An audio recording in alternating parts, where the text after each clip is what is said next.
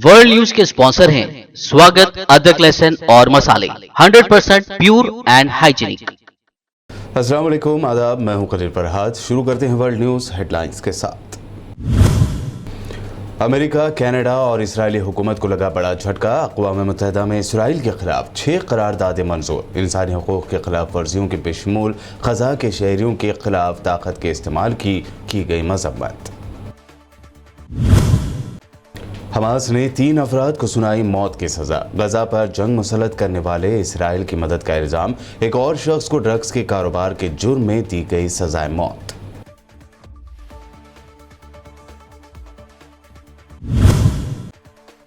जंगज़दा मुल्क शाम पहुंचे यूएई के फॉरेन मिनिस्टर शेख अब्दुल्ला बिन जायद अल नहयान। शामी सदर बशार अल असद से की मुलाकात। शामी अवाम के साथ खड़ा होने का यूएई ने किया ऐलान।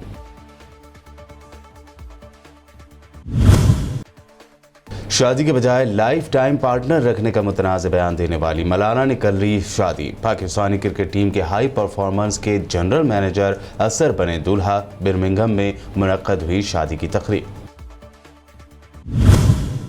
कांग्रेस लीडर रणदीप सिंह सुरजेवाला ने मोदी सरकार के पेट्रोल व डीजल पर लगाए गए टैक्स को बताया गैर जरूरी। कहा, अगर टैक्स कांग्रेस दौर जितना कर दिया जाए कम तो आवाम को 45 से 50 रुपए फी लीटर मिलेगा पेट्रोल। अब नवाब मलिक ने किया सनसनीखेज दावा। कहा, पूरे महाराष्ट्र में फॉर्मर सीएम फडणवीस की क़यादत में चलता था जाली नोटों का कारोबार। दाऊद के आदमी रियाज भाटी से बताया फडणवीस का कनेक्शन। अक़वाम मुत्तहिदा में अमेरिका, कनाडा और इजरायली हुकूमत को उस वक्त शदीद झटका लगा जब उनकी मुखालिफत के बावजूद यूएन ने इजरायली हुकूमत के खिलाफ एक के बाद दीगरे 6 करारदादें मंजूर कर ली। ज़राए के मुताबिक अक़वाम मुत्तहिदा की जनरल असम्बली की चौथी कमेटी ने खुद साख्ता सियोनी हुकूमत के खिलाफ 6 करारदादें मंजूर की हैं, जिनमें मकबूजा फ़लस्तीन में गाज़िब सियोनियों की जानिब से मनसूबाबंद तरीके से अंजाम पाने वाली इंसानी हकूक़ की खिलाफ वर्जियों, फ़लस्तीनी शहरियों बिलखुसूस गजा के बाशिंदों के खिलाफ ताकत के इस्तेमाल और मकबूजा इलाकों में जुमला बैतुल मुक़द्दस में और गोलान की पहाड़ियों पर सियोनी कॉलोनी की तामीर की मजम्मत की गई। इसी तरह इस करारदादों में फ़लस्तीनी तारकीन वतन की अपने मुल्क वापसी पर भी जोर दिया गया है। फ़लस्तीनी अस्करी तंजीम और गजा पट्टी की मुंतजिम हमास ने 3 अफराद को मौत की सज़ा सुना दी। इनमें से 2 पर इसराइल की मदद का इल्ज़ाम था, जबकि एक शख्स को ड्रग्स के कारोबार के जुर्म में सज़ाए मौत दे दी गई। इससे पहले हमास ने अक्टूबर के आखिर में 6 फ़लस्तीनियों को इसराइल के लिए मुखबिरी के जुर्म में सज़ाए मौत सुनाई थी। फ़लस्तीनी कानून के तहत मौत की सज़ा पर अमल दरामद के लिए फ़लस्तीनी अथॉरिटी के सदर महमूद अब्बास की इजाज़त ज़रूरी है। ताहम गजा पट्टी में हमास मुतअद्दिद मरतबा मौत की सज़ाओं पर बगैर ये इजाज़त लिए अमल कर चुकी है। आलमी बैंक ने कहा है कि गजा की पट्टी अब भी इंतहाई संगीन माशी हालात से दो चार है। बेरोज़गारी की शरह में नुमाया इजाफा और बिगड़ते समाजी हालात से जाहिर होता है कि पायदार तरक्की के महदूद ज़राए की रोशनी में मुस्तक़बिल के इम्कानात के बारे में गैर यकीनी की कैफियत है। वर्ल्ड बैंक की रिपोर्ट आमतौर पर फ़लस्तीनी मईशत को दरपेश बड़े चैलेंजों और ख़ास तौर पर गजा की पट्टी की इक़्तिसादी कारकर्दगी और तरक्की की ज़रूरियात पर रोशनी डालती है। रिपोर्ट पर तबसरा करते हुए मगरबी किनारे और गजा की पट्टी में आलमी बैंक के डायरेक्टर और रिहायशी नुमाइंदे ने कहा है कि गजा की इकनॉमी 11 दिनों तक जारी रहने वाले लड़ाई के बाद कशीदगी का शिकार हो गई है। गजा के शहरी बिजली, पानी और सफाई की खदमात की कमी, तनाज़ात की वजह से होने वाले सदमे और नक्ल हरकत पर पाबंदियों के शिकार हैं। काबिज़ इसराइली म्यूनसिपलिटी मकबूजा बैतुल मुक़द्दस के शेख जर्रा महल्ले में यहूदी आबादकारों के लिए एक पार्क खोलने का मंसूबा बना रही है, जिसका मकसद महल्ले में यहूदी आबादकारी की हिमायत करना है। इब्रानी वेबसाइट कीबा की तरफ से आने वाली मालूमात के मुताबिक इसराइली हुक्काम ने बताया है कि शेख जर्रा में पार्क की तामीर 1 जनवरी 2022 से शुरू हो जाएगी, जबकि बाज़ाब्ता तौर पर अगले सितंबर में इसे खोला जाएगा। दाएं बाजू की ज्यूइश होम पार्टी के सरबरा इसराइली म्यूनसिपलिटी में एजुकेशन पोर्टफोलियो के सरबरा हुजियत मोशे इस इक़दाम की क़यादत कर रहे हैं। शहर के हुक्काम के मुताबिक यरूशलेम के मेयर मोशे लियोन इस इक़दाम से आगाह हैं और इसकी हिमायत भी करते हैं। फ़लस्तीन में इंसानी हकूक़ के लिए काम करने वाले इदारों के मुताबिक इसराइली फ़ौज ने असीर फ़लस्तीनी मोहम्मद ज़हीर ज़ियोद की अहलिया और उनके बच्चे को ग़र्ब उर्दन के शुमाली शहर जुनैन के नवाही इलाक़े अल-सीला अल-हारिसिया से हिरासत में ले लिया। क्लब बराए असीरान के मुताबिक काबिज़ फ़ौज ने मुंतसर समूर की अहलिया साबिरीन नज़ाल ज़ियोद और उनके 15 साला बेटे ज़ियाद और उसके भाई माहिर ज़हीर की ज़ियोद को हिरासत में ले लिया है। ख्याल रहे कि ज़ियोद 5 साल से इसराइली जेल में कैद है। इसराइली जेलों में 4600 फ़लस्तीनी कैदी हैं। इनमें 35 ख़वातीन, 200 बच्चे और 520 इंतज़ामी कैदी हैं। मुत्तहिदा अरब अमारात के वज़ीर ख़ारजा शेख अब्दुल्ला बिन ज़ायद अल नहयान ने दमिश्क में शामी सदर बशार अल असद से मुलाकात की। अमारती वज़ीर ख़ारजा का दौरा शाम दोनों मुल्कों के दरमियान दो तरफ़ा ताल्लुक़ात में बेहतरी की मिसाल मानी जा रही है। शामी ऐवान सदर ने एक बयान के मुताबिक अमारती वज़ीर ख़ारजा ने कहा कि UAE शामी अवाम के साथ खड़ा होगा और वह इस बात में यकीन रखते हैं कि बशार अल असद की क़यादत में शाम जंग की मुश्किलात पर काबू पा लेगा। शेख अब्दुल्ला बिन ज़ायद शाम में पिछले 10 सालों से जारी खाना जंगी के दौरान में दमिश्क पहुंचने वाले UAE की सबसे आला ओहदेदार हैं। इस खाना जंगी के दौरान में बेशतर अरब ममालिक ने बशार अल असद के खिलाफ मुसल्लह जद्दोजहद करने वाले सुन्नी बागी ग्रुपों की हिमायत की है। यमन के हौसी बागियों का शहर मारिब की जानिब पेशकदमी का सिलसिला बदस्तूर जारी है। अल जदीद टेलीविज़न चैनल की रिपोर्ट के मुताबिक यमन के हौसी बागी सूबे मारिब के कई इलाकों पर कब्जा करने के बाद अब शहर मारिब के दरवाजे तक पहुँच गए हैं।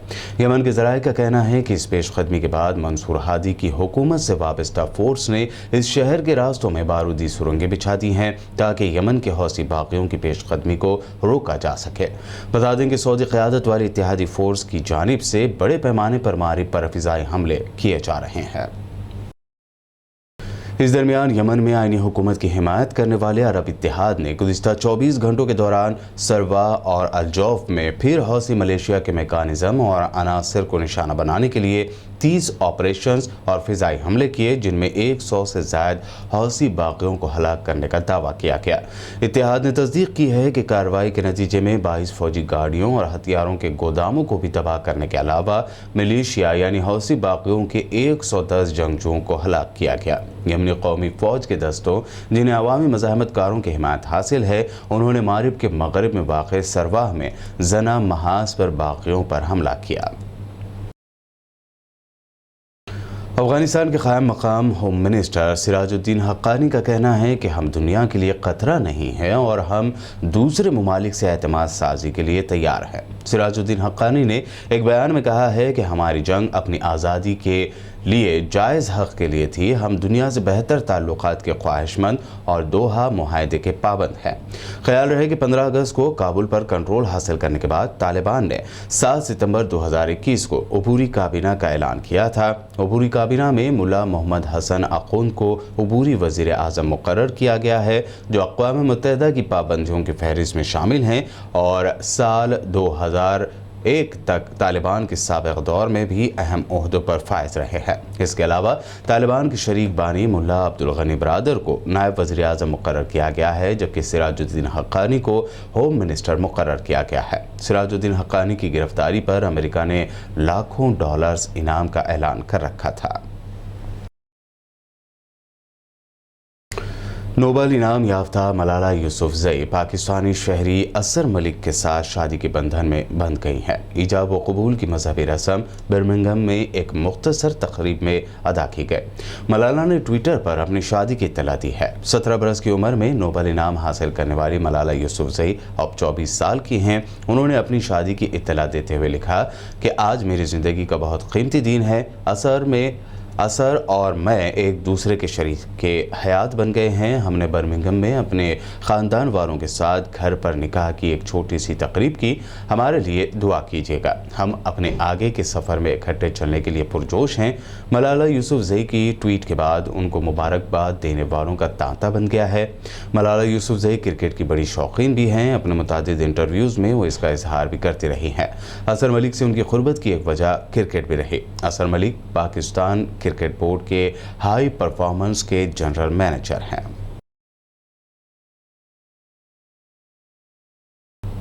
वर्ल्ड न्यूज़ में वक्त हुआ है एक शॉर्ट ब्रेक का। जल्द लौटेंगे और देखेंगे अहम national news.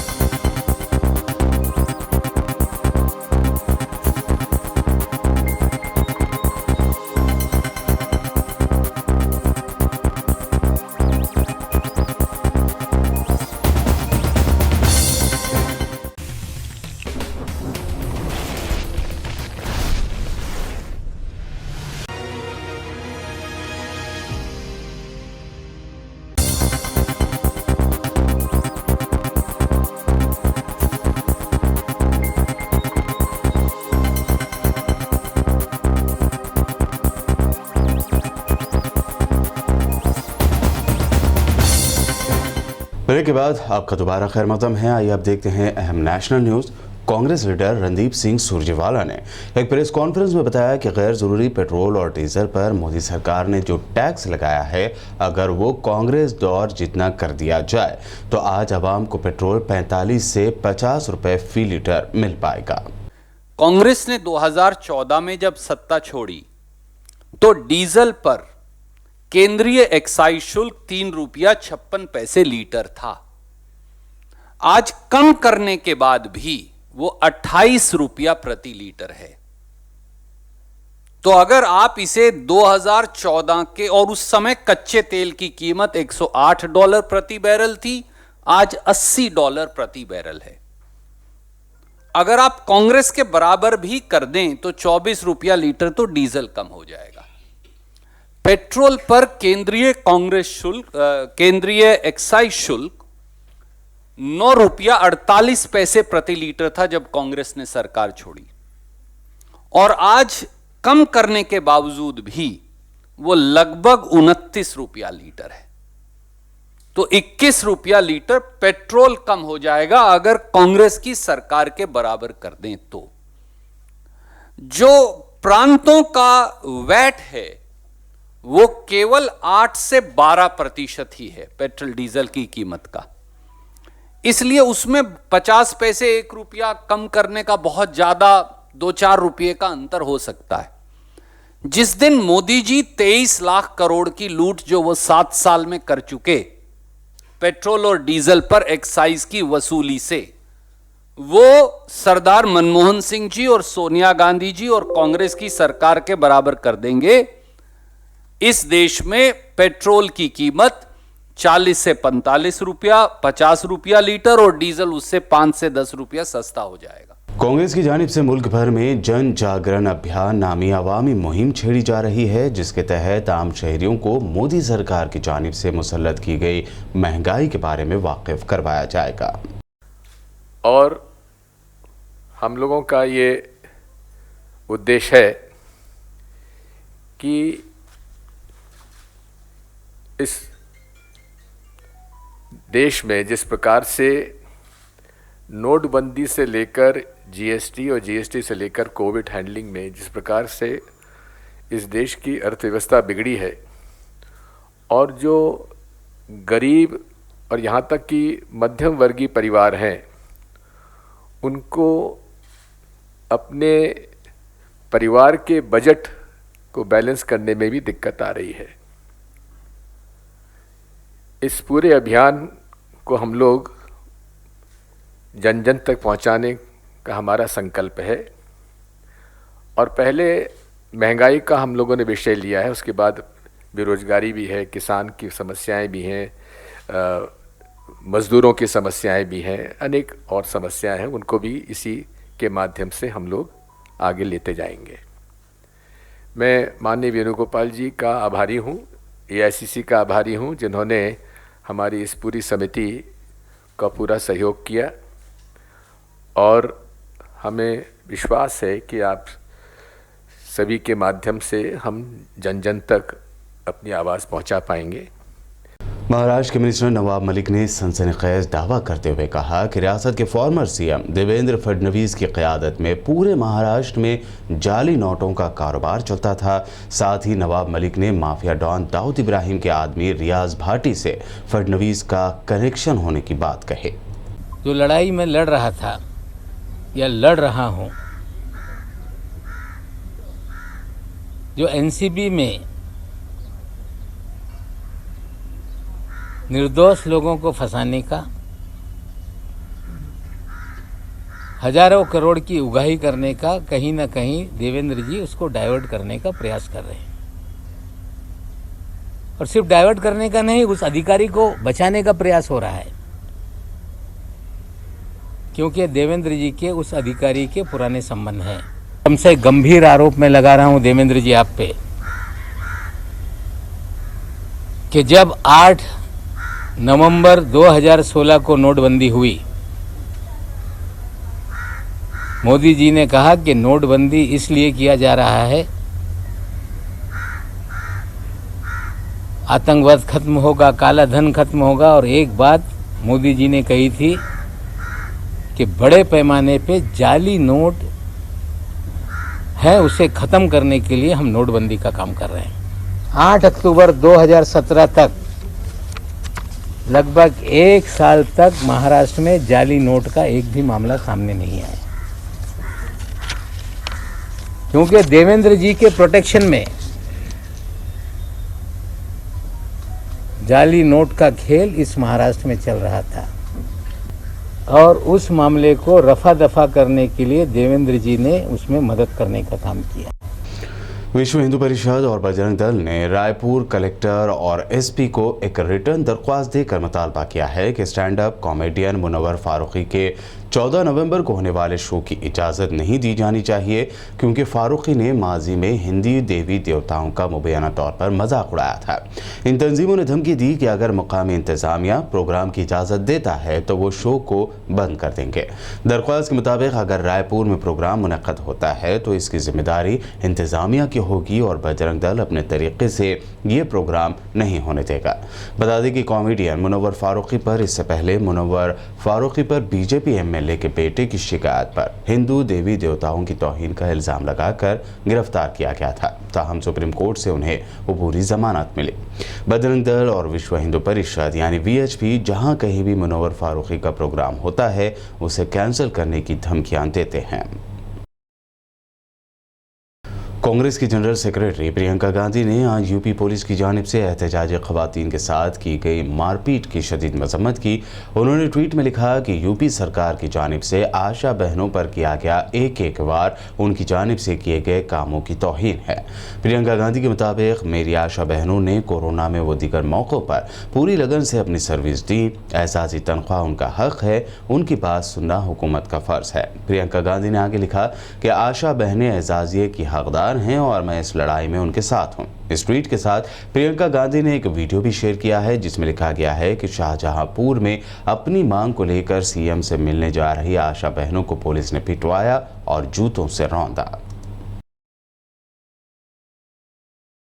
Uttar Pradesh police पर फिर एक मरतबा कस्टडी में कैदी को मार देने का इल्ज़ाम लगा है। अब यूपी के कासगंज जनपद की सदर कोतवाली की हवालात में बंद एक मुस्लिम नौजवान अल्ताफ की मुश्तबा हालत में मौत का मामला सामने आया है। बताया जा रहा है कि एक लड़की को भगाने के इल्ज़ाम में नौजवान को पूछताछ के लिए पीर को पुलिस चौकी नदरी गेट पर लेकर आई थी। पुलिस के मुताबिक नौजवान ने फांसी लगाकर सुसाइड कर लिया। इस वाक़े के बाद पुलिस महकमे में अफरा तफरी मची हुई है। वहीं इस वाक़े के बाद महलूक के परिवार में कोहराम मच गया है। हालांकि एसपी रोहन पी बोतरे ने लापरवाही के इल्ज़ाम में कासगंज कोतवाल समेत 2 दारोगा व 3 पुलिस एहलकारों को सस्पेंड कर दिया है। महलूक नौजवान की शिनाख्त सदर कोतवाली इलाके के अल्ताफ के तौर पर हुई है। नौजवान के वालिद ने बताया कि मेरे बेटे को एक दिन पहले लड़की भगाने के इल्ज़ाम में पीर को पूछताछ के लिए चौकी नदरी गेट लाया गया था। वहीं मौके पर मैं भी पहुंचा था, जहां से मुझे डांट कर भगा दिया गया, जिसके बाद मेरे बेटे को बड़े थाने यानी कोतवाली लाया गया, जहां पर मेरे बेटे को पुलिस वालों ने फांसी लगा दी। पुलिस अफसर ने बताया कि अल्ताफ ने हवालात के अंदर बने बाथरूम में अपनी हुडी जैकेट की रस्सी को पाइप से बांधकर फांसी ले ली। देखिए, कोतवाली कासगंज में एक 363-366 आईपीसी के एक प्रकरण के संदर्भ में एक व्यक्ति जिसका नाम अल्ताफ सन ऑफ चाहत मियां है, उसको थाने में अर्ली मॉर्निंग बुलाया गया था। उसने पूछताछ के दौरान वहां पे बैठे पुलिसकर्मी से उसको वॉशरूम जाने हेतु अनुरोध न किया था, जिसमें हवालात में बने वॉशरूम में उसको भेजा गया। उसने एक काले कलर का जैकेट जो पहना था, उसमें हुड में लगे हुए एक नाड़े से उसने जो वॉशरूम का जो नल है उसमें फंसा के अपना गला घोटने की खुद ने जो है वो कोशिश की थी। जब वो बहुत समय बाहर नहीं आया तो पुलिसकर्मी अंदर चले गए और उसको बेहोशी की हालत में उसको उठाते न हुए उसको सीएचसी अशोकनगर कासगंज में ले जाया गया। वहां पे प्राथमिक उपचार 5-10 मिनट चलने के उपरांत उसकी मृत्यु हुई है। इस प्रकरण में पंचायतनामा भर के पोस्टमार्टम किया जाएगा। साथ ही में इस प्रकरण में जो पुलिसकर्मियों की लापरवाही इसमें है उनके खिलाफ एक सस्पेंशन का आदेश मेरे द्वारा किया गया है। 5 पुलिसकर्मियों को इसमें सस्पेंड किया जाएगा। मैंने 8 बजे अपने बच्चे को पुलिस वालों के हवाले किया है। मैंने खुद अपने घर में से कल 8 बजे। किस मामले में पुलिस वाले आए थे? पुलिस वाले मेरी लड़की के जो कह रहे थे कि ये शक है हमें, पुलिस अपने बच्चे को हमारे दिए तो आरोप के चक्कर में, तो मैं उस बच्चे को मेरे अपने हाथों से पकड़ के दिया है, बच्चे को खुद अपने हाथों से। और बच्चे को लेने के बाद में चले आए हैं ये लोग, मैं चौकी तक आया हूँ, चौकी से मुझे फटकार के भगा दिया गया है, मुझे चौकी से फटकार के भगा दिया गया है। और आज 24 घंटे के बाद में ये मालूम पड़ रही है मुझे फांसी लगा दी है मेरे बच्चे को। अब ये पुलिस वालों के हवाले किया है मैंने, तो यही मुझे तो उम्मीद है कि पुलिस वालों ने ही लगाई है। क्या नाम है आपके बच्चे का? अल्ताफ, 21 साल। किस जगह लगाई है? फांसी किस जगह? नदरई गेट चौकी से मैंने बच्चा दिया था अपना, और ये बड़े थाने में आया है बच्चा, बड़े थाने में ये घटना हुई है। और अब आखिर में हेडलाइंस पर डालते हैं एक और नजर। अमेरिका, कनाडा और इजरायली हुकूमत को लगा बड़ा झटका। अक़वाम मुत्तहिदा में इसराइल के खिलाफ 6 करारदादें मंजूर। इंसानी हकूक़ के खिलाफ वर्जियों के बेशमूल ग़ज़ा के शहरियों के खिलाफ ताकत के इस्तेमाल की गई मज़म्मत। हमास ने 3 अफराद को सुनाई मौत की सज़ा। गजा पर जंग मुसल्लत करने वाले इसराइल की मदद का इल्ज़ाम। एक और शख्स को ड्रग्स के कारोबार के जुर्म में दी गई सज़ाए मौत।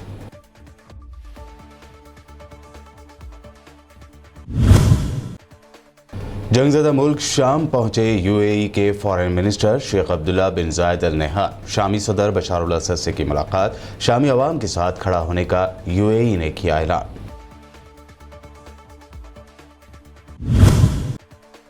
शादी के बजाय लाइफ टाइम पार्टनर रखने का मुतनाज़ बयान देने वाली मलाना ने कर ली शादी। पाकिस्तानी क्रिकेट टीम के हाई परफॉर्मेंस के जनरल मैनेजर असर बने दूल्हा। बर्मिंघम में मुनक्कद हुई शादी की तकरीब।